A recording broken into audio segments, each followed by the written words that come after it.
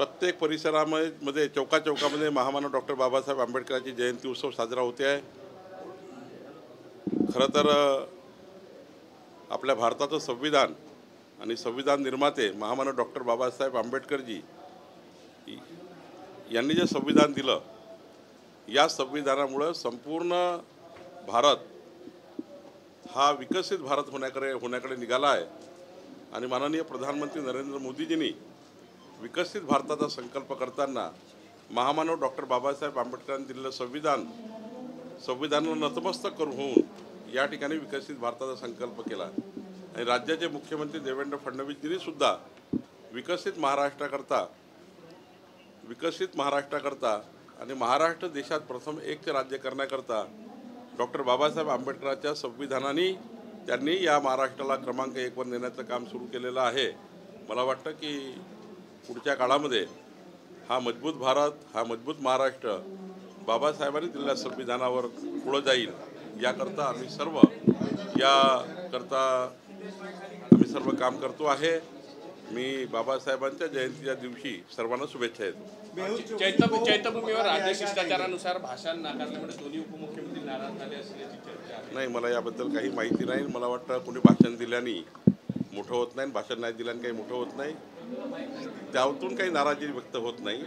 भाषण नाही दिलं असेल, वेळेमुळे काही असेल तर मला माहिती नाही, पण भाषणामुळे आम्ही नाराज होणारे नेते नाही आहोत। नागपूरमध्ये एक महत्त्वाची गोष्ट आहे, नागपूरमध्ये एक महत्त्वाचा निर्णय आम्ही घेतला आहे, उपक्रम हाती घेतला आहे।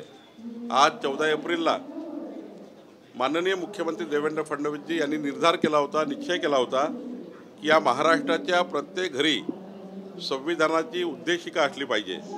आणि आज समाज कल्याण विभाग आणि नागपूर जिल्हा नियोजन समितीच्या माध्यमातून पालकमंत्री म्हणून आम्ही हा निर्णय घेतला आहे की नागपूर जिल्ह्यातला पहिला जिल्हा या महाराष्ट्रातला की आज महामानव डॉक्टर बाबासाहेब आंबेडकर जयंतीच्या दिवशी घरोघरी आम्ही नागपूर जिल्ह्यामध्ये संविधानाची उद्देशिका हे घरोघरी वाटप करण्याचा कार्यक्रम सुरू केलेला आहे।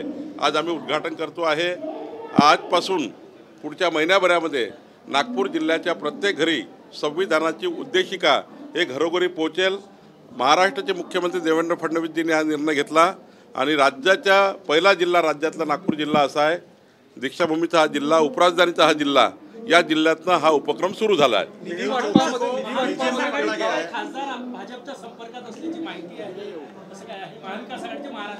पॉलिटिकल संपर्कात नाही आहे, राजकीय संपर्कात नाही आहे, पण विकासाच्या कामाकरता महाविकास आघाडीमधले अनेक खासदार आणि अनेक आमदार हे सरकारकडे येत असतात, माझ्याकडे येतात, देवेंद्रजीकडे जातात, आमच्या दोन्ही उपमुख्यमंत्र्यांकडे जातात। याचा अर्थ ते काही राजकीय संपर्कात नाही आहे। निधी वाटपात भेदभाव टाकल्याचा आरोप करत एकनाथ शिंदेने अमित शहांची भेट घेतल्याची माहिती काही नाही, चुकीचं आहे, काहीतरी कपोलकल्पित बातम्या आहे। अशी कुठलीही भेट या विषयावर नाही आहे, कुठल्याही राजकीय विषयावर नाही आहे। त्यामुळे मला असं वाटतं अमित भाईच्या येण्याचं उद्दिष्ट हे राज्याच्या विकासाचं असतं। त्या राज्याच्या विकासाकरता अमित भाईचा हा दौरा होता। एक सांस्कृतिक कार्यक्रमाकरता या अमित भाईच्या दौऱ्याला महत्त्व आहे। त्यामुळं मला असं वाटतं की महाराष्ट्राच्या विकासाच्या दृष्टीने बघितलं पाहिजे।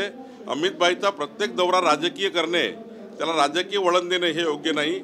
मीडियालाही माझी विनंती आहे की अमित भाईच्या दौऱ्यातनं विकासाकरता महाराष्ट्रात काय अमित भाई या ठिकाणी निर्णय घेत आहे, आतंकवादी मूवमेंट या महाराष्ट्रातून संपवली पाहिजे, याकरता अमित भाई काय करतात आहे हे महत्त्वाचं आहे। प्रत्येक वेळी अमित भाईंना पॉलिटिकल जोडणं हे काही योग्य नाही आहे। नाही, मला त्याबद्दल काही माहिती नाही, चंद्रकांत दादा काय बोलले। मला असं वाटतं की आज महान मानव डॉक्टर बाबासाहेब आंबेडकरांची जयंती आहे। जयंती उत्सव घरोघरी त्या ठिकाणी मानवला जातो आहे। आज तरी राजकीय भाष्य टाळलं पाहिजे। आज किमान आजचा जो कार्यक्रम आहे घरोघरी संविधानाची उद्देशिका पोहोचवणे, या कार्यक्रमाला महत्त्व दिलं पाहिजे। आज किमान राजकीय चर्चा महाराष्ट्रात होऊ नये।